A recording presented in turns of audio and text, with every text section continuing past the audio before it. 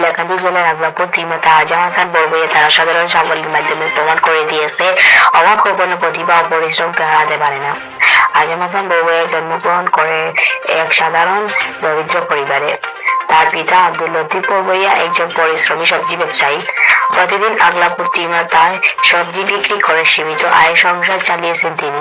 মাতা আফিয়া বেগম বড়বইয়া একজন গৃহিণী যার নীরব ত্যাগ, দোয়া আর অনুপ্রেরণায় আজমের শক্তি হয়ে উঠেছে। অভাব অনটনের মধ্যে পড়াশোনার প্রতি আজমের ইচ্ছা ছিল চোখে পড়ার মতো।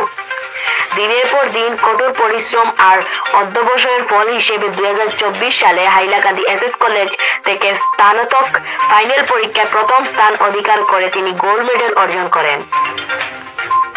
এই গৌরবময় সাফল্যের আনুষ্ঠানিক স্বীকৃতি আসে 20 জানুয়ারি 2026 তারিখে, যখন আসাম ইউনিভার্সিটি শিলচরের 23তম কনভোকেশন অনুষ্ঠানে তার হাতে তুলে দেওয়া হয় সম্মানজনক গোল্ড মেডেল ও সনদপত্র। এই ঐতিহাসিক মুহূর্তের আবেগে ভেসে যায় পুরো পরিবার।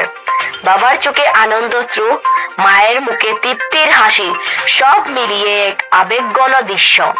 বন্ধু বান্ধব, শিক্ষক শিক্ষিকা এবং এলাকাবাসী আজমের এই সাফল্যে গভীরভাবে আনন্দিত ও গর্বিত।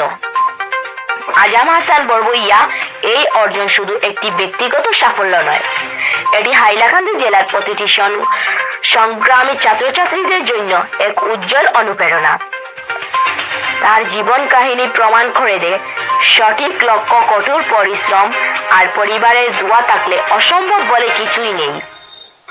ভবিষ্যতে শিক্ষকতার মাধ্যমে মানুষের সেবা করা এবং একজন আদর্শ মানুষ হয়ে ওঠাই তার প্রধান লক্ষ্য।